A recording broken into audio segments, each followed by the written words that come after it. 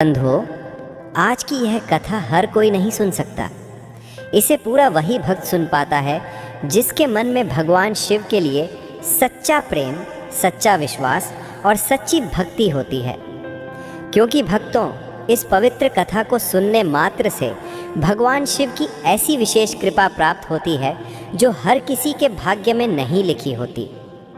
कहा गया है, इस कथा को जो भी श्रद्धा से सुन लेता है उसकी औलाद की गरीबी दूर हो जाती है, उसके बच्चों के ऊपर मंडराते कष्ट, बाधाएं, संकट सब राख हो जाते हैं।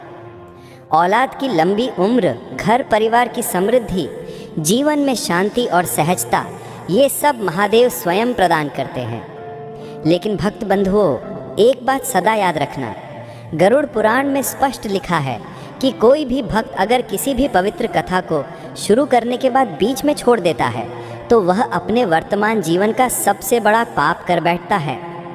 ऐसे भक्त को ना पुण्य मिलता है, ना आशीर्वाद मिलता है और ना ही महादेव की कृपा। इसलिए आज अगर आप सच में अपनी औलाद की खुशहाली चाहते हैं, अपने परिवार की रक्षा चाहते हैं, अपने घर पर शिव की छाया चाहते हैं, तो इस कथा को अंत तक अवश्य सुनिए। और भक्तों, कथा शुरू करने से पहले एक छोटा सा काम कर दीजिए, नीचे कमेंट में हर हर महादेव लिख दीजिए। यह केवल एक शब्द नहीं है, यह महादेव से जुड़ने का पहला कदम है। तो आइए भक्त बंधुओं, अब अपने मन को शांत करिए, श्रद्धा को दिल में बसाइए और इस दिव्य कथा को ध्यान से, भक्ति से और पूर्ण विश्वास से सुनिए। अब कथा आरंभ करते हैं। यह कथा है एक छोटे से धूल मिट्टी से सने गांव की, जहां जीवन की रफ्तार बहुत धीमी थी और जहां आशा की किरणें अक्सर बादलों के पीछे छिपी रहती थी। इसी गांव के एक कच्चे टूटे मकान में रहती थी माँ कांता, जिनकी दुनिया उनके दो बेटों के इर्द गिर्द घूमती थी। बड़ा बेटा था गोविंद, जिसकी आंखों में बचपन से ही जिम्मेदारी की झलक थी, और छोटा था तिलक, जो अपनी माँ की तरह ही शांत स्वभाव का और मन का सच्चा था। उनके घर में धन संपत्ति के नाम पर सिर्फ था एक टूटा हुआ दीपक और पुराने हो चुके शिवजी की एक तस्वीर। माँ कांता की संपत्ति तो उनका अटूट विश्वास था। सुबह से शाम तक उनके होठों पर सिर्फ एक ही मंत्र होता था, ओम नमः शिवाय। हर मुश्किल में, हर निवाले से पहले, हर सांस में वो शिव का ही नाम लेती थी। उन्हें विश्वास था कि उनके भोलेनाथ उनकी परीक्षा ले रहे हैं, लेकिन अंत में वही उनकी नैया पार लगाएंगे। गोविंद और तिलक बचपन से ही कठोर परिश्रम करते आ रहे थे। गांव में मजदूरी का काम हो या किसी के खेत में हाथ बटाना, दोनों भाई कभी पीछे नहीं हटते थे। लेकिन कहते हैं ना, जब समय बुरा होता है तो मेहनत का फल भी कम मिलता है। कई बार तो ऐसा होता था कि शाम को घर लौटते थे तो उनकी माँ के पास उन्हें खिलाने के लिए सिर्फ पानी और नमक ही होता था। उस समय कांता माँ की आंखों में नमी आ जाती थी, पर अगले ही पल वह मुस्कुराकर कहती थी, घबराओ नहीं मेरे बच्चों, यह रूखा सूखा भोजन भी शिव का प्रसाद है। जिस दिन वो खुश होंगे उस दिन हमारे आंगन में भी खुशहाली के फूल खिलेंगे। गोविंद का मन इन बातों से और भी अधिक व्यथित हो जाता था। वह जानता था कि उसकी माँ की भक्ति सच्ची है, पर उसकी जवानी माँ को इस हाल में देखकर तड़पती थी। वह रात रात भर जागता और सोचता, कब तक ऐसे चलेगा? क्या हमारी किस्मत में सिर्फ संघर्ष ही लिखा है? वह अपनी भुजाओं को देखता, जिनमें अपार शक्ति थी, पर उसे लगाने के लिए गांव में कोई बड़ा अवसर नहीं था। एक दिन गांव में एक अजीब सी हलचल हुई। लोगों ने देखा कि गांव की कच्ची सड़क पर एक दमकती हुई बड़ी गाड़ी आकर रुकी है। उस गाड़ी से उतरा एक अमीर, शानदार कपड़े पहना हुआ आदमी, जिसके हाथ में सोने की घड़ी थी और उसके चेहरे पर एक अलग ही चमक थी। गांव वालों ने फुसफुसाहट शुरू कर दी, यह कौन है? यह कहाँ से आया है? गोविंद और तिलक भी दूर खड़े होकर यह दृश्य देख रहे थे। उनकी आंखें उस आदमी की चमचमाती कार और उसके साफ सुथरे कपड़ों पर ठहर गईं। यह आदमी गांव का नहीं था। जल्द ही पता चला कि वह आदमी पास के शहर से आया है, उस शहर का जिसका नाम उन्होंने सिर्फ कहानियों में सुना था, जहां बड़ी बड़ी इमारतें होती हैं और जहां पैसा पेड़ों पर उगता है, ऐसा लोग मानते थे। तिलक ने अपने बड़े भाई के कंधे पर हाथ रखा और धीरे से कहा, भैया, क्या हम भी कभी ऐसे बन पाएंगे? गोविंद ने गहरी सांस ली। उस अमीर आदमी को देखना उनके लिए सिर्फ एक दृश्य नहीं था, बल्कि वह एक प्रतीक था, एक संकेत था कि उनके जीवन में भी बदलाव की संभावना है। उसने तिलक को देखा, फिर आसमान की ओर देखा, जैसे शिवजी से पूछ रहा हो, क्या अब समय आ गया है प्रभु? उसी रात माँ कांता जब अपनी शिव पूजा कर रही थी, तब गोविंद और तिलक उनके पास आए। गोविंद ने कहा, माँ अब और नहीं, हम आपकी ये हालत नहीं देख सकते, हमने फैसला किया है। माँ कांता ने प्यार से उनके चेहरों को सहलाया और कहा, क्या फैसला मेरे लाल? तिलक ने उत्तर दिया, माँ हम शहर जाएंगे, उसी शहर जहाँ से वहाँ आदमी आया था। हमें पता है कि वहाँ काम है, वहाँ अवसर है, हम वहाँ मजदूरी करेंगे, कुछ सीखेंगे और आपके लिए एक खुशहाल जीवन लेकर वापस आएंगे। माँ कांता की आंखों में आंसू आ गए। उनके बच्चों का यह निर्णय उन्हें एक बड़ी चुनौती लग रहा था। शहर एक मायाजाल जैसा था जहाँ उनके सीधे साधे बच्चे खो भी सकते थे, पर उनके विश्वास ने उन्हें संबल दिया। उन्होंने अपने दोनों बेटों को गले लगाया और उनके कान में फुसफुसाया, जाओ मेरे बच्चों, पर एक बात याद रखना, अपने काम में हमेशा ईमानदार रहना और हर पल शिव को याद रखना। जिस भी रास्ते पर चलो, हर बाधा को शिव की परीक्षा समझना और जान लेना कि मैं यहाँ तुम्हारे लिए अखंड जप करती रहूँगी।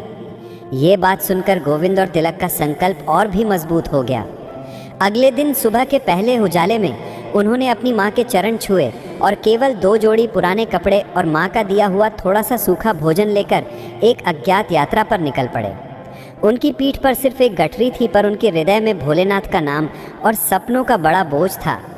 और यहीं से शुरू होती है संघर्ष की असली कहानी। क्या उन्हें शहर में काम मिलेगा? क्या उनका अटूट विश्वास उन्हें उस मायावी दुनिया में बचा पाएगा?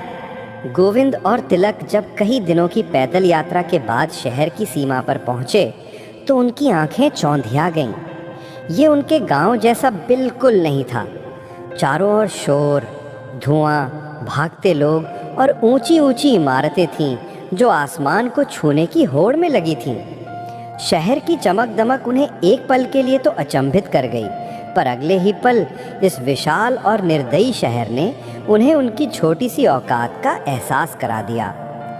उन्हें गांव में ये भ्रम था कि शहर में काम आसानी से मिल जाता है, पर वास्तविकता बड़ी कठोर थी। गोविंद और तिलक ने दिन रात एक कर दिया। वे हर गली में भटके, हर कारखाने के दरवाजे खटखटाए, हर निर्माण स्थल पर जाकर खड़े हुए। साहब, कोई भी काम दे दो, हम भूखे हैं। भैया, हमें काम आता नहीं, पर हम सीख लेंगे, हमें एक मौका दो। पर हर जगह से उन्हें एक ही जवाब मिलता, यहाँ अनपढ़ों के लिए कोई जगह नहीं है, जाओ कहीं और देखो। या फिर लोग उन्हें गांव के सीधे साधे लौंडे समझकर ठगने की कोशिश करते। दोनों भाई थककर चूर हो जाते थे। उनका लाया हुआ सूखा भोजन 2-3 दिन में ही खत्म हो गया। अब उनके पास सिर्फ पीने के लिए पानी था और रात बिताने के लिए किसी पुल के नीचे की जगह। कई रातें तो उन्होंने भूखे पेट ही गुजारी। गोविंद बड़ा होने के नाते अपनी थकान और निराशा को छिपाने की कोशिश करता था, पर तिलक का मुरझाया हुआ चेहरा देखकर उसका दिल रोता था। तिलक अक्सर उदास होकर पूछता, भैया, क्या माँ की प्रार्थनाएं बेकार गईं? क्या भोलेनाथ ने हमें त्याग दिया? ऐसे समय में गोविंद अपनी सारी शक्ति जुटाकर उसे गले लगाता। वह जानता था कि तिलक का विश्वास डगमगा रहा है और उसे सहारा देना उसका फर्ज है। गोविंद कहता, तिलक, ये क्या कह रहा है? माँ की प्रार्थनाएं तो कभी बेकार नहीं जा सकती, और हमारे भोलेनाथ तो महादेव हैं, वो कभी अपने भक्त को नहीं छोड़ते। ये हमारी कठिन परीक्षा चल रही है। याद है माँ ने क्या कहा था? हर बाधा को शिव की परीक्षा समझना। जब उनका मन बिल्कुल टूट जाता तो वे दोनों किसी शांत कोने में बैठकर आंखें बंद कर लेते और अपनी माँ की तरह मन ही मन ओम नमः शिवाय का जाप करते। इस जाप से उन्हें एक अजीब सी शांति और अदृश्य ऊर्जा मिलती थी। उन्हें लगता था जैसे उनकी माँ की आवाज़ उनके पास ही कहीं गूंज रही हो। इस बीच गांव में माँ कांता की हालत भी कुछ ठीक नहीं थी। बेटे शहर चले गए थे और उनकी चिंता उन्हें अंदर ही अंदर खाए जा रही थी। उन्हें पता था कि उनके बच्चे कितने सीधे और भोले हैं और शहर कितना निर्दयी हो सकता है। कांता माँ ने अपना हर पल शिव की भक्ति में लगा दिया था। उनका घर अब एक छोटा सा मंदिर बन गया था। वे अखंड दीपक जलाकर रखती थीं और दिन में कई बार रुद्राक्ष की माला लेकर बैठ जाती थी। हे मेरे भोलेनाथ, मेरे बच्चों को सहारा देना, उन्हें भटकने न देना, उनके मार्ग की हर बाधा को तुम स्वयं पार करना। वह फूट फूट कर रोती थी, पर अगले ही पल शिव का ध्यान करके अपने मन को शांत कर लेती थी। उन्हें अपने बच्चों से ज़्यादा शिव की शक्ति पर विश्वास था। वह जानती थी कि शहर की कठिनाइयाँ उनके बच्चों का कच्चा मन तोड़ सकती हैं, पर उन्हें यह भी विश्वास था कि भक्ति की शक्ति उन्हें टूटने नहीं देगी। माँ की ये अटूट प्रार्थना एक अदृश्य कवच बनकर दूर शहर में भटक रहे गोविंद और तिलक को हर खतरे से बचा रही थी। एक शाम लगातार काम की तलाश में असफल होने के बाद दोनों भाई एक खाली पड़ी इमारत के कोने में बैठे थे। उनकी आंखों में निराशा की गहरी छाप थी। उनकी जेब खाली थी और पेट भूख से जल रहा था। गोविंद ने अपनी निराशा में एक पत्थर उठाया और उसे ज़मीन पर पटकने ही वाला था कि उसे अपनी माँ का चेहरा याद आ गया, शांत, भक्तिमय और विश्वास से भरा हुआ। उसने पत्थर फेंक दिया। उसने अपनी आंखें बंद की और फिर से ओम नमः शिवाय का जाप शुरू कर दिया। तिलक भी उनके साथ जुड़ गया। अचानक उन्हें लगा जैसे उनके कानों में किसी की आवाज़ आई हो, हिम्मत मत हारो। जैसे ही उन्होंने आंखें खोली, उन्होंने देखा कि उस अंधेरी इमारत के पास एक छोटा सा चाय वाला अपनी दुकान बंद कर रहा था। वह आदमी उनके पास आया।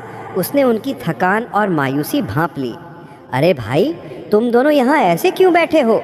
बड़े परेशान लग रहे हो, उस आदमी ने पूछा। गोविंद ने अपनी सारी कहानी टूटे शब्दों में उसे सुनाई। चाय वाले का नाम था शंकर, यानी कि एक और संकेत, जैसे शिवजी ने उसे भेजा हो। शंकर ने उन्हें देखा, मुस्कुराया और कहा, घबराओ नहीं, शहर बड़ा है पर यहाँ अच्छे लोग भी हैं, तुम मेरे साथ चलो। उस शंकर नामक व्यक्ति ने उन्हें न सिर्फ पेट भर खाना खिलाया, बल्कि उन्हें एक बहुत बड़ा सहारा भी दिया। उसने उन्हें बताया कि शहर के बाहर एक बड़ी फैक्ट्री है जहाँ नए मजदूरों को काम पर रखा जा रहा है और वह उन्हें वहाँ तक पहुँचा देगा। गोविंद और तिलक ने उस अजनबी शंकर के सामने सिर झुकाया। ये ईश्वरीय मदद थी, ये उन्हें साफ महसूस हो रहा था। उनकी माँ की प्रार्थनाएं काम कर रही थीं। अब उनके पास एक दिशा थी, एक उम्मीद की किरण थी। अगले दिन वह दोनों भाई उस शंकर की मदद से शहर से कुछ दूर स्थित एक विशाल कारखाने के दरवाजे पर खड़े थे। उनके शरीर में अब भी थकान थी, पर उनके मन में एक नया उत्साह था।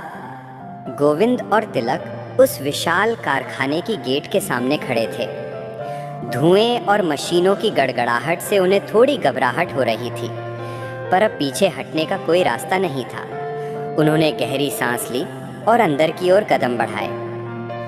सौभाग्य से उन्हें जल्द ही कारखाने में काम मिल गया। ये काम बहुत ही नीचे स्तर का था।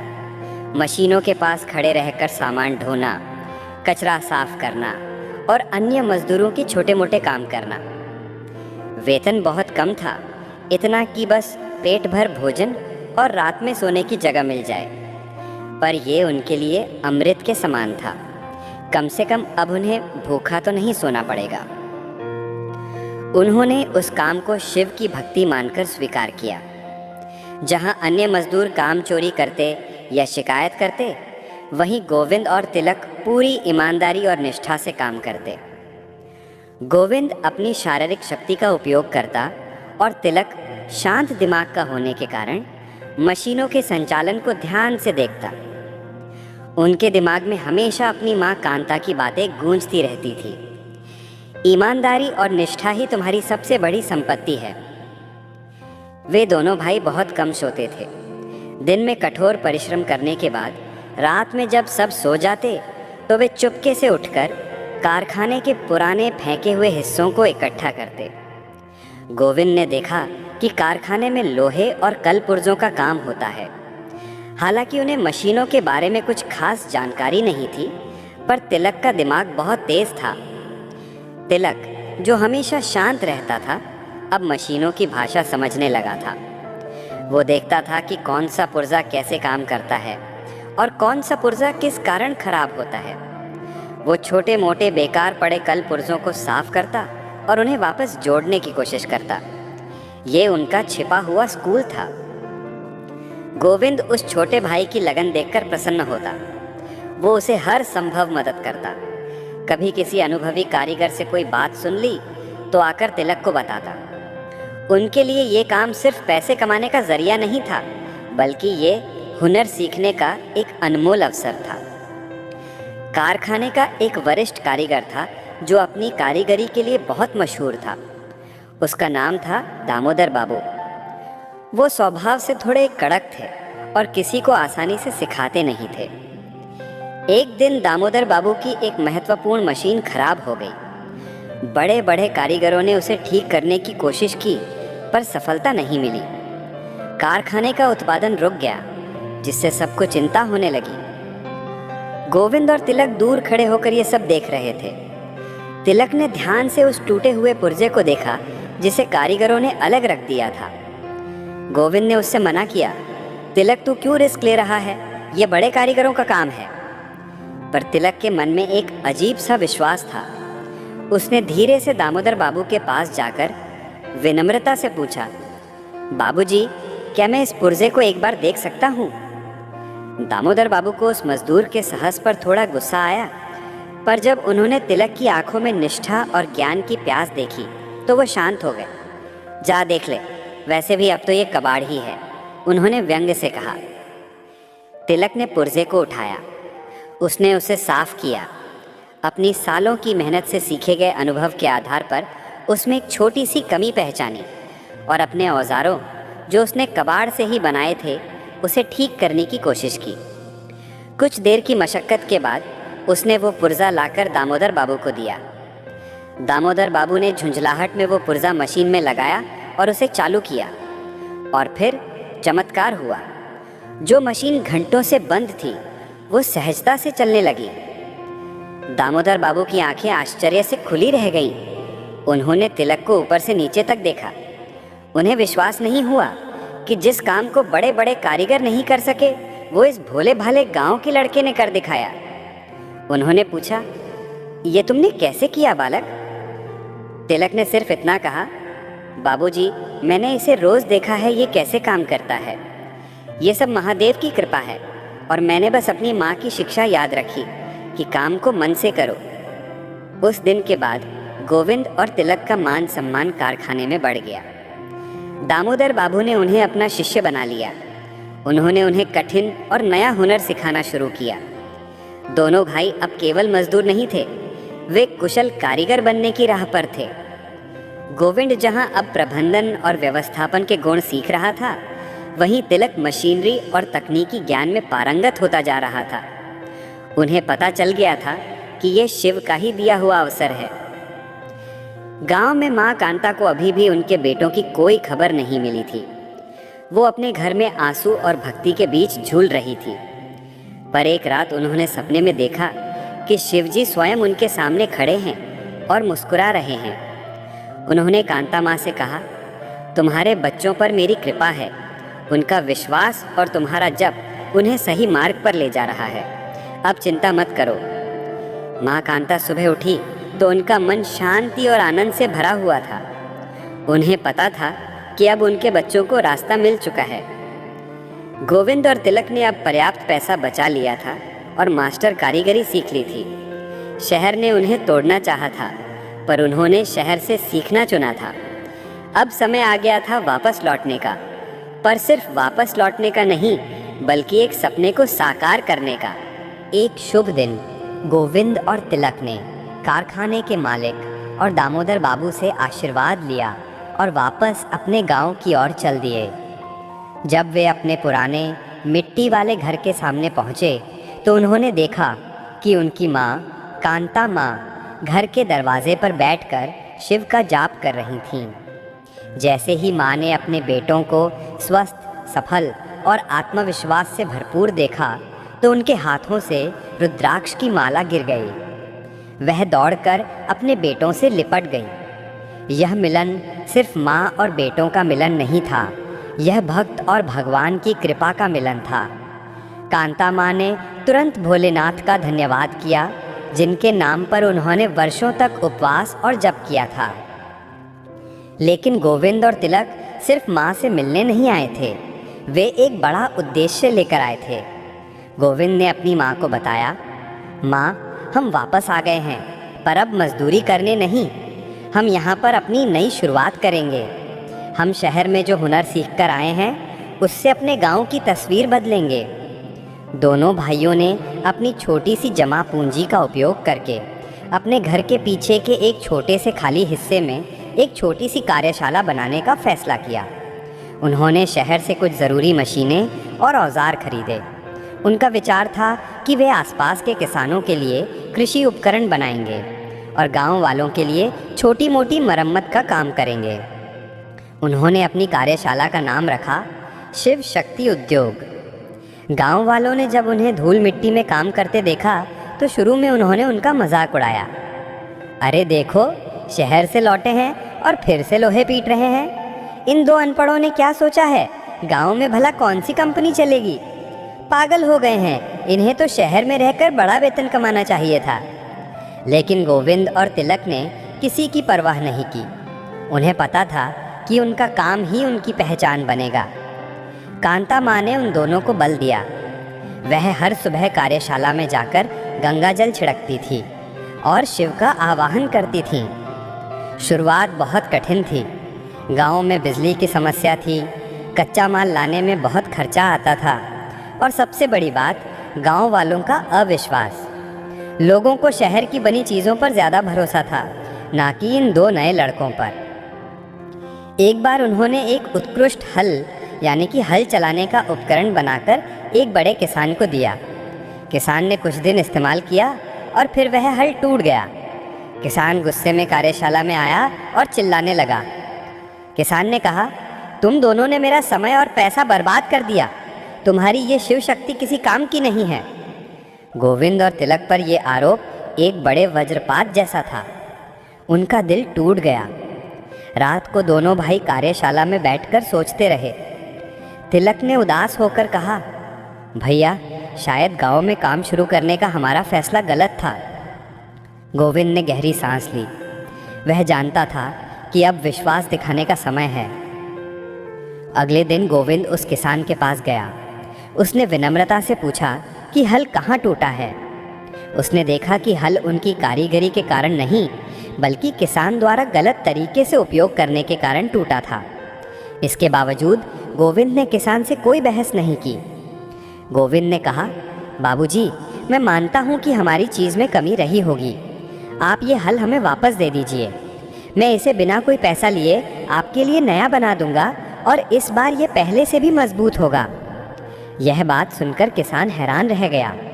उसने पहली बार किसी कारीगर में इतनी ईमानदारी देखी थी। गोविंद और तिलक ने रातों रात मेहनत करके बेहतर धातु का इस्तेमाल करके एक नया और मजबूत हल बनाया। उन्होंने किसान को वह हल दिया और उससे विनती की कि उसे वह सही ढंग से उपयोग करे। इस ईमानदारी और समर्पण ने गांव वालों के दिल को छू लिया। यह घटना पूरे गांव में फैल गई। लोगों को पहली बार लगा कि ये दोनों भाई सिर्फ व्यापार नहीं कर रहे, बल्कि सेवा भी कर रहे हैं। धीरे धीरे उनके पास ऑर्डर आने लगे। उनके बनाए उपकरण शहर के उपकरणों से भी अच्छे साबित होने लगे, क्योंकि गोविंद और तिलक हर उपकरण में छोटी छोटी कमियां दूर करते थे और गांव की ज़मीन के हिसाब से उन्हें बनाते थे। शिव शक्ति उद्योग अब नाम बन चुका था, पर सफलता का रास्ता कभी आसान नहीं होता। जब उन्हें थोड़ी सफलता मिली तो गांव के कुछ अमीर और ईर्ष्यालु लोग उनसे जलने लगे। उन्होंने उनके काम में बाधा डालनी शुरू कर दी। कभी कच्चा माल नहीं मिलने देते तो कभी उन्हें डराते धमकाते। शिव शक्ति उद्योग अब गांव में एक चर्चा का विषय बन चुका था। गोविंद का प्रबंधन कौशल और तिलक का तकनीकी ज्ञान मिलकर ऐसे उत्पाद तैयार कर रहे थे जिनकी गुणवत्ता बेजोड़ थी। अब गांव के किसान दूर दूर से आकर उन्हीं से उपकरण खरीदते थे। लेकिन गांव का एक अमीर आदमी था जिसका नाम था धर्मपाल। वह अपनी अमीरी के घमंड में चूर रहता था और नहीं चाहता था कि गोविंद और तिलक जैसे गरीब घर के लड़के उससे आगे निकल जाएं। धर्मपाल की अपनी पुरानी दुकानें थी जहां वह शहर के महंगे और घटिया उपकरण बेचता था और गोविंद तिलक की वजह से उसका व्यापार चौपट हो रहा था। धर्मपाल ने गोविंद और तिलक को बर्बाद करने की ठान ली। सबसे पहले उसने गांव के कच्चे माल के सप्लायरों को पैसे खिलाकर उन्हें गोविंद और तिलक को माल ना देने के लिए मना लिया। जब दोनों भाई सुबह काम पर गए तो उन्हें पता चला कि उनका सारा कच्चा माल खत्म हो चुका है और कोई उन्हें माल देने को तैयार नहीं है। गोविंद ने चिंता में तिलक से पूछा, तिलक, ये क्या हो रहा है? सारे रास्ते बंद हो गए हैं। तिलक ने उत्तर दिया, भैया, ये कोई संयोग नहीं, ये शत्रु की चाल है। गोविंद जानता था कि यह धर्मपाल का काम है। उसने धर्मपाल के पास जाकर विनम्रता से बात करने की कोशिश की, पर धर्मपाल ने उन्हें अपमानित किया और कहा, जाओ अपनी उस टूटी फूटी कार्यशाला को बंद करो और वापस शहर में जाकर मजदूरी करो। यह व्यापार तुम्हारे बस का नहीं है। गोविंद को गुस्सा आया, पर उसने धैर्य रखा। उसे अपनी माँ की बात याद थी, गुस्सा विनाश का पहला कदम है। जब दोनों भाई निराश होकर घर लौटे तो कांता माँ ने उन्हें देखा। वह तुरंत समझ गई कि उन्हें दैवीय परीक्षा का सामना करना पड़ रहा है। कांता माँ ने उन्हें बैठाया, अपने हाथ से पानी पिलाया और कहा, मेरे बच्चों, जब तुम सही रास्ते पर चलते हो तो बाधाएं बड़ी आती हैं, पर याद रखना, आग में तपकर ही सोना कुंदन बनता है। अब तुम लोग उदास क्यों हो? जाओ मेरे शिव से प्रार्थना करो और अपनी बुद्धि का इस्तेमाल करो। माँ की बातों में अटूट बल था। गोविंद और तिलक ने रात भर शिवजी के सामने बैठकर ध्यान किया। सुबह होते ही तिलक के दिमाग में एक नया विचार आया। तिलक ने कहा, भैया, अगर गांव में हमें कच्चा माल नहीं मिल रहा तो हम शहर क्यों न जाएं? हमने वहाँ काम किया है, हम सप्लायरों को जानते हैं। अगर हम सीधे बड़े व्यापारी से माल खरीदें तो हमें कम दाम पर भी मिलेगा और धर्मपाल कुछ नहीं कर पाएगा। यह विचार क्रांतिकारी था। गोविंद को जैसे भोलेनाथ ने ही रास्ता दिखाया हो। अगले ही दिन गोविंद ने अपनी बची हुई जमा पूंजी ली और शहर के लिए रवाना हो गया। शहर में गोविंद ने अपने पुराने कारीगर दोस्तों की मदद से एक बड़े इस्पात व्यापारी से संपर्क किया। गोविंद की ईमानदारी और काम के प्रति उसकी समझ से वह व्यापारी बहुत प्रभावित हुआ। व्यापारी ने न सिर्फ उन्हें उचित मूल्य पर कच्चा माल दिया, बल्कि उन्हें उधार पर भी माल उपलब्ध कराया, यह देखकर कि गोविंद में आगे बढ़ने की लगन है। गोविंद ट्रक भरकर कच्चा माल लेकर गांव लौटा। धर्मपाल जब यह देखता है तो हक्का बक्का रह जाता है। उसकी चाल उसी पर उल्टी पड़ गई थी। अब गोविंद और तिलक सीधे शहर से माल ला रहे थे, जिससे उनकी लागत कम हो गई और वे अपने उत्पादों को और भी सस्ते दामों पर बेच पा रहे थे।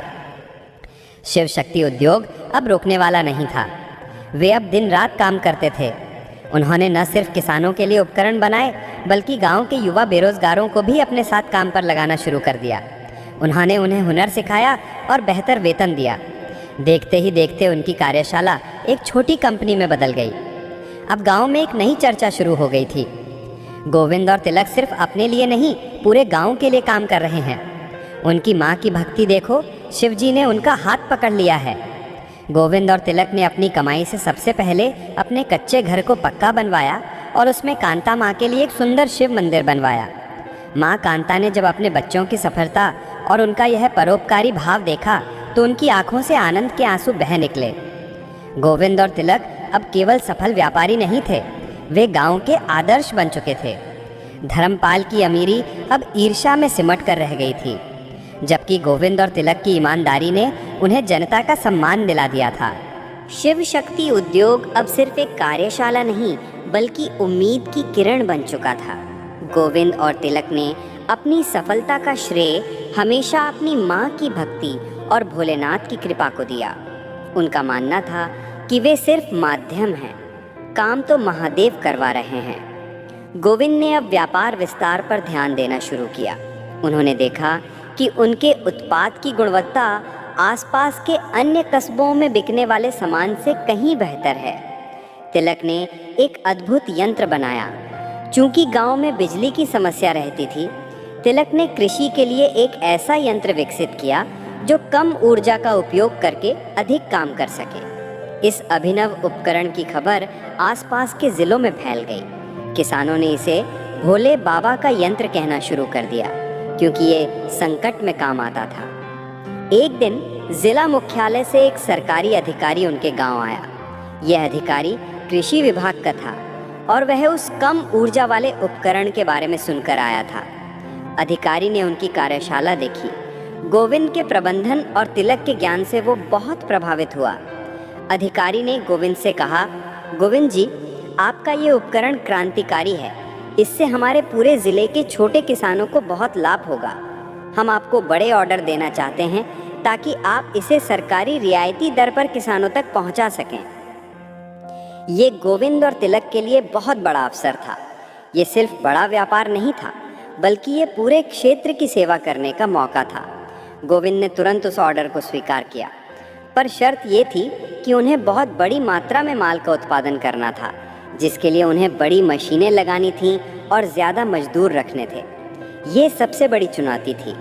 उनके पास इतने पैसे नहीं थे कि वे इतनी बड़ी मशीनें खरीद सकें। जब ये बात गांव में फैली तो वहीं धर्मपाल फिर सक्रिय हो गया। उसने गांव में अफवाह फैला दी कि गोविंद और तिलक ये बड़ा सरकारी काम नहीं कर पाएंगे और सरकारी पैसा लेकर भाग जाएंगे। इन गरीबों को इतनी बड़ी जिम्मेदारी नहीं देनी चाहिए। वह गांव वालों को भड़काता। लेकिन अब गांव के लोग गोविंद और तिलक को अच्छी तरह जान चुके थे। अब वे धर्मपाल की झूठी बातों पर विश्वास नहीं करते थे। गोविंद और तिलक ने अपनी माँ को सारी बात बताई। कांता माँ फिर मुस्कुराकर बोली, जब शिवजी ने बड़ा काम दिया है तो रास्ता भी वहीं दिखाएंगे। तुम जाओ और ज़िले के सबसे बड़े बैंक में जाओ, उन्हें अपनी ईमानदारी दिखाओ और महादेव का नाम लेकर लोन मांगो। गोविंद और तिलक ने माँ के कहे अनुसार किया। वे बैंक गए और वहाँ के प्रबंधक को अपनी पूरी कहानी बताई। कैसे उन्होंने शून्य से शुरुआत की, कैसे उन्होंने हुनर सीखा और कैसे उनकी ईमानदारी ने उन्हें यहाँ तक पहुँचाया। उन्होंने अपने उत्पादों की गुणवत्ता और सरकारी ऑर्डर के बारे में भी बताया। बैंक प्रबंधक गोविंद की सच्चाई और तिलक के ज्ञान से अभिभूत हो गया। उसने देखा कि ये दोनों लड़के केवल पैसे के लिए काम नहीं कर रहे हैं, बल्कि उनके अंदर देश और समाज के लिए कुछ करने की लगन है। बैंक प्रबंधक ने तुरंत उन्हें आवश्यक बड़ा लोन स्वीकृत कर दिया। लोन मिलते ही दोनों भाई नए उत्साह से भर गए। उन्होंने तुरंत शहर जाकर बड़ी मशीनें खरीदी और अपनी कार्यशाला को एक विशाल फैक्ट्री का रूप देना शुरू कर दिया। उन्होंने गांव के हर बेरोजगार युवक को काम दिया, उन्हें प्रशिक्षण दिया और उन्हें अच्छा वेतन दिया। देखते ही देखते शिव शक्ति उद्योग एक छोटी कंपनी से बदलकर क्षेत्र की सबसे बड़ी और तेजी से उभरती हुई कंपनी बन गई। उनका नाम ईमानदारी, गुणवत्ता और समर्पण का पर्याय बन गया।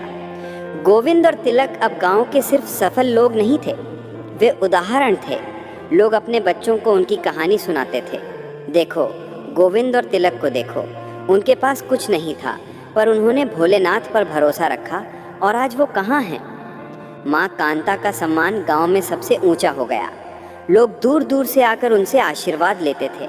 लोग कहते थे, माँ की भक्ति में इतनी शक्ति थी कि उन्होंने अपने बेटों के लिए स्वर्ग से धन खींच लिया। माँ बस मुस्कुराती थी और कहती थी, ये सब मेरे भोलेनाथ की लीला है। लेकिन अब ये दोनों भाई सफलता की ऊंचाई पर पहुंच चुके थे। अब समय था जीवन के अगले पड़ाव का, जिसके बारे में कांता माँ अक्सर सोचा करती थी। गोविंद और तिलक ने अपनी सफलता का उपयोग सबसे पहले गांव की भलाई के लिए किया। उन्होंने गांव की कच्ची सड़कों को अपनी लागत पर पक्का करवाया। उन्होंने एक छोटा अस्पताल और एक स्कूल भी खुलवाया ताकि गांव के बच्चे अच्छी शिक्षा प्राप्त कर सकें। उन्होंने गांव के हर गरीब परिवार की मदद की। किसी की बेटी की शादी में दान दिया तो किसी के बच्चों के पढ़ाई का खर्च उठाया। उनकी सादगी बरकरार थी। इतने अमीर बनने के बाद भी गोविंद और तिलक में ज़रा भी घमंड नहीं आया था। वे आज भी गांव वालों से उसी विनम्रता से मिलते थे। वे आज भी अपने नए बड़े घर के बजाय अपनी माँ के साथ साफ सुथरे पर साधारण जीवन जीते थे। उधर गांव का वो अमीर आदमी धर्मपाल, जो उनसे ईर्ष्या करता था, अब शांत हो चुका था। वह देखता था कि गोविंद और तिलक की सच्चाई ने उन्हें कहाँ पहुँचा दिया है, जबकि उसका द्वेष उसे कहीं नहीं ले गया। एक दिन धर्मपाल स्वयं शर्मिंदा होकर गोविंद की कार्यशाला में आया और अपने किए पर माफ़ी मांगी। गोविंद ने उसे गले लगाया और कहा, धर्मपाल जी, हम सब भाई हैं, जो हुआ उसे भूल जाइए। अगर आप चाहें तो आप भी हमारी कंपनी में कुछ काम देख सकते हैं। गोविंद के इस बड़प्पन ने धर्मपाल का मन बदल दिया। उसने महसूस किया कि असली दौलत पैसे में नहीं, बल्कि सादगी और दयालुता में होती है। अब गांव में एक नया रिवाज शुरू हो गया था। जब कोई बड़ा फैसला लेना होता या किसी को सही राह चाहिए होती, तो लोग गोविंद, तिलक और सबसे ज़्यादा माँ कांता के पास आते थे। माँ कांता को गांव में देवी का दर्जा प्राप्त था। उनकी भक्ति और त्याग की कहानी गांव के घर घर में सुनाई जाती थी। जब भी कोई उनकी इज्जत करता या उनसे आशीर्वाद लेता, तो माँ कांता हमेशा कहती थी, ये मेरा सम्मान नहीं है, ये भोलेनाथ के नाम और सच्चे कर्म का सम्मान है। एक शाम माँ कांता अपने घर के छोटे से शिव मंदिर में बैठी थी। गोविंद और तिलक उनके पास आए। अब वे पूरी तरह से स्थापित हो चुके थे। उनकी कंपनी जिले की सबसे बड़ी कंपनी बन चुकी थी। गोविंद ने कहा, माँ, हम सब कुछ हासिल कर चुके हैं। आपकी प्रार्थनाएं, हमारा परिश्रम सब सफल रहा। अब आपकी क्या इच्छा है? माँ कांता की आंखों में प्यार भरा संतोष था। उन्होंने अपने दोनों बेटों के हाथ अपने हाथों में लिए और कहा, मेरे बेटों, मैंने तुम्हें ईमानदारी से जीना सिखाया। तुम ईमानदारी से व्यापार करना सीख गए, लेकिन अब मेरे मन में एक ही बड़ी इच्छा है। तिलक ने पूछा, क्या माँ? हमें बताइए, हम उसे तुरंत पूरा करेंगे। माँ कांता ने गहरी सांस ली और मुस्कुराते हुए कहा, मैं चाहती हूँ कि मेरे दोनों बेटों का घर बसे। मैं उनकी शादी देखना चाहती हूँ। ये सुनकर दोनों भाई शर्मा गए। माँ ने आगे कहा, पर सुनो, मैं तुम्हारी शादी किसी अमीर घर की लड़की से नहीं कराऊंगी। मैं जानती हूँ कि तुम अब सबसे अमीर हो और तुम्हें कई बड़े प्रस्ताव आएंगे, पर मैं चाहती हूँ कि तुम्हारी जीवन संगिनी ऐसी हो जो सादगी को समझे, जिसने संघर्ष देखा हो और जिसके मन में ईश्वर के लिए प्रेम हो, जिसने तुम्हारी तरह ही कठिनाई देखी हो ताकि वह धन का मूल्य समझ सके। गोविंद और तिलक ने तुरंत हाँ कर दी। उन्हें अपनी माँ पर पूरा विश्वास था। उन्होंने कहा, माँ, आपकी इच्छा ही हमारा आदेश है। आप जिस लड़की को चुनेंगी हम उसी से विवाह करेंगे। माँ खुशी से भर गईं। उन्होंने शिवजी के सामने माथा टेका और अपनी इच्छा की पूर्ति के लिए प्रार्थना की। अगले ही दिन माँ कांता ने गांव की दो बहुत ही गरीब पर संस्कारी लड़कियों को ढूंढा।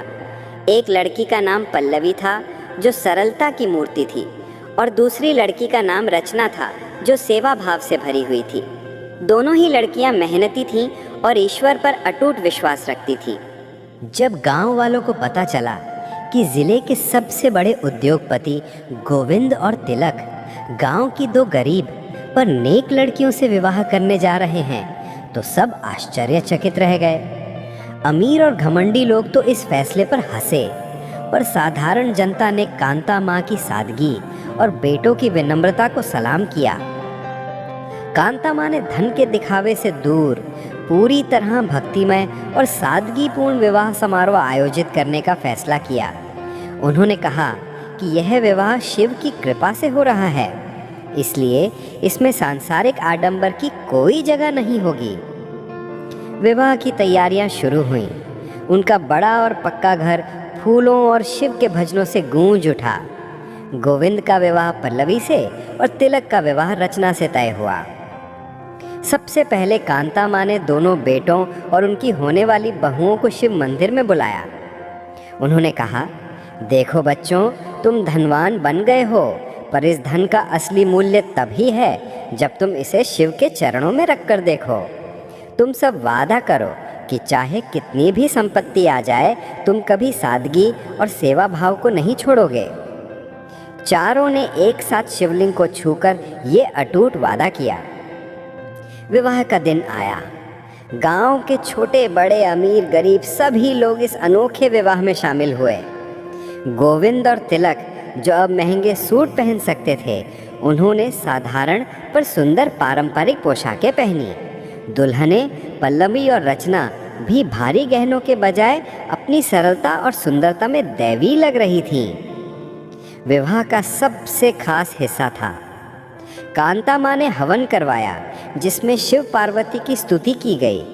विवाह की हर रस्म भक्ति और प्रेम से भरी हुई थी। उन्होंने दहेज के रूप में दोनों बहुओं को सोने चांदी के बदले रुद्राक्ष की माला और शिव चालीसा की पुस्तकें दी। ये देखकर सभी गांव वालों की आंखें भर आईं। गांव का वो धर्मपाल भी अपनी पत्नी के साथ आया था। जब उसने देखा कि गोविंद और तिलक इतने धनवान होने के बावजूद कितने विनम्र और सादगीपूर्ण तरीके से विवाह कर रहे हैं, तो उसके मन का मैल पूरी तरह धुल गया। उसने सबके सामने गोविंद और तिलक के चरित्र की तारीफ की और कांता माँ से क्षमा मांगी। गोविंद और तिलक के विवाह के बाद उनके घर में 4 चांद लग गए। पल्लवी और रचना दोनों ही संस्कारी बहुएं थीं। वे तुरंत कांता माँ की सेवा में लग गईं। पल्लवी अपनी शांत प्रकृति से घर और कंपनी के दफ्तरी कामकाज में गोविंद की मदद करने लगी। वो हिसाब किताब में बहुत ईमानदार थी, जिससे गोविंद का कार्यभार कम हो गया। रचना, जो सेवा भाव से भरी थी, उसने कांता माँ की भक्ति और गांव की सामाजिक सेवा के काम को संभाल लिया। वो अब रोज सुबह शिव मंदिर को साफ करती और गांव की गरीब और ज़रूरतमंद महिलाओं के लिए काम करती। कांता माँ ने जब अपने घर को खुशियों और भक्ति से भरा देखा तो उन्हें लगा कि उनका जीवन सफल हो गया है। उनके बेटे, जो कभी भूखे सोते थे, आज न सिर्फ संपन्न हैं बल्कि संस्कारी और सेवाभावी भी हैं। उनकी बहुएं भी उन्हें अपनी बेटियों जैसी प्रिय थीं। एक रात कांता माँ ने शिवजी के सामने दीपक जलाया। उनके आंसू रुक नहीं रहे थे, पर ये दुख के नहीं बल्कि आनंद के आंसू थे। उन्होंने हाथ जोड़कर कहा, हे मेरे भोलेनाथ, आपने मेरी हर परीक्षा ली, पर अंत में आपने मुझे मेरी कल्पना से भी अधिक दिया। मेरे बच्चों को ईमानदारी, सुख और सम्मान दिया। मैं आपकी असीम कृपा के लिए आपका धन्यवाद करती हूँ। ये धन्यवाद केवल माँ का नहीं, ये हर उस भक्त का धन्यवाद था जो कठिन समय में भी अपने ईश्वर पर विश्वास रखता है। अब गोविंद और तिलक का घर खुशहाली और प्रेम का प्रतीक बन गया था। उनकी कंपनी देश भर में फैलने वाली थी, पर उससे पहले उन्हें अपने जीवन का सबसे बड़ा लक्ष्य पूरा करना था। शादी के बाद गोविंद और तिलक का संकल्प और भी मजबूत हो गया। उन्हें अब सिर्फ अपनी माँ और पत्नियों का ही नहीं बल्कि पूरे गांव का समर्थन प्राप्त था। गोविंद ने अपनी कंपनी का नाम बदलकर अपनी माँ और शिव की भक्ति के सम्मान में भवानी शंकर उद्योग समूह रख दिया। गोविंद और तिलक ने अब पूरे देश के बाजार पर ध्यान केंद्रित किया। तिलक के अद्वितीय नवाचार और गोविंद के ईमानदार प्रबंधन के कारण उनकी कंपनी तेजी से विकसित होती गई। उनकी सबसे बड़ी ताकत थी गुणवत्ता और ईमानदारी। वे कभी मुनाफे के लिए गुणवत्ता से समझौता नहीं करते थे और अपने कर्मचारियों, जो ज़्यादातर गांव के लोग थे, को परिवार मानते थे। कुछ ही वर्षों में भवानी शंकर उद्योग समूह की देश के हर कोने में शाखाएं खुल गईं। उन्होंने न सिर्फ कृषि उपकरण बनाए बल्कि ऐसे कई अन्य उत्पाद भी बनाए जो आम आदमी के जीवन को आसान बनाते थे। जो कंपनी एक टूटी हुई कार्यशाला से शुरू हुई थी, वो अब देश की सबसे बड़ी कंपनी बन चुकी थी, जिसका नाम ईमानदारी और भारतीय संस्कृति के प्रतीक के रूप में लिया जाता था। यह सफलता सिर्फ व्यापारिक नहीं थी बल्कि नैतिक भी थी। गोविंद और तिलक को देश के सर्वोच्च सम्मानों से नवाजा गया। जब वे बड़े बड़े समारोहों में जाते तो अपनी साधारण वेशभूषा और विनम्रता से सबका दिल जीत लेते थे। वे अपनी सफलता का हर श्रेय अपनी माँ कांता और भगवान शिव को देते थे। ये कथा हमें सिखाती है कि सफलता सिर्फ पैसे से नहीं नापी जाती बल्कि चरित्र और विश्वास से नापी जाती है। माँ कांता का चरित्र हमें सिखाता है कि अटूट विश्वास और भक्ति में कितनी शक्ति होती है। जब सारे रास्ते बंद हो जाते हैं तब भी ईश्वर का नाम हमें मार्ग दिखाता है। उनकी भक्ति ने उनके बेटों के लिए एक अदृश्य कवच का काम किया। गोविंद और तिलक का जीवन हमें बताता है कि कठोर परिश्रम, नया हुनर सीखने की लगन और सबसे महत्वपूर्ण ईमानदारी किसी भी गरीबी को हरा सकती है। उन्होंने शहर की चमक दमक में भटकना नहीं सीखा बल्कि सीखना चुना। गोविंद और तिलक ने गांव के अमीर व्यक्ति बनकर कभी भी गरीबी को नहीं भुलाया।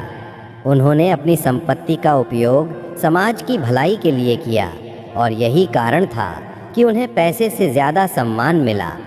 उनका विवाह सादगी और संस्कार का प्रतीक बना, जो दर्शाता है कि असली खुशी दौलत में नहीं बल्कि प्रेम और मूल्यों में है। आज भी उस गांव में, जिसे अब शिवपुरी कहा जाता है, लोग गोविंद और तिलक की कहानी सुनाते हैं। उनकी कंपनी भवानी शंकर उद्योग समूह एक अमर उदाहरण है कि अगर आप अपने कर्मों में निष्ठा रखें तो भगवान शिव की कृपा आपको गरीबी की धूल से उठाकर सफलता के शिखर तक पहुंचा सकती है। अंत में माँ कांता हमेशा एक ही बात कहती थी कि मेरे बच्चों ने जो कुछ भी पाया है वो सिर्फ भोलेनाथ की इच्छा थी। उन्होंने उन्हें परीक्षा दी पर कभी त्यागा नहीं। इसलिए मेरे प्यारे श्रोताओं, आप भी जीवन में कभी निराश ना हो, बस अपने कर्मों पर ध्यान दें और हर पल ओम नमः शिवाय का जाप करते रहें, क्योंकि ईमानदारी और भक्ति ही आपके जीवन की सबसे बड़ी संपत्ति है।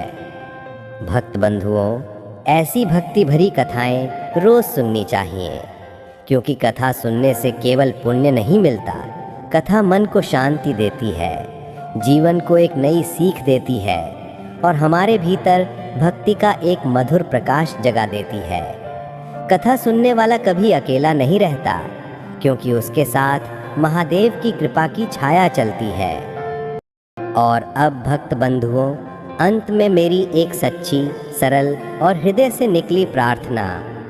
हे भोलेनाथ, जिस भी भक्त ने इस कथा को अंत तक श्रद्धा, प्रेम और विश्वास से सुना है, आप उनकी सभी मनोकामनाएं पूरी करें। उनके घर में सुख, शांति, समृद्धि और खुशियां बरसाएं। उनका परिवार सुरक्षित रहे, उनकी औलाद तरक्की करे और उनके जीवन से हर दुख, हर बाधा हमेशा के लिए दूर हो जाए। प्रेम से बोलिए जय भोलेनाथ।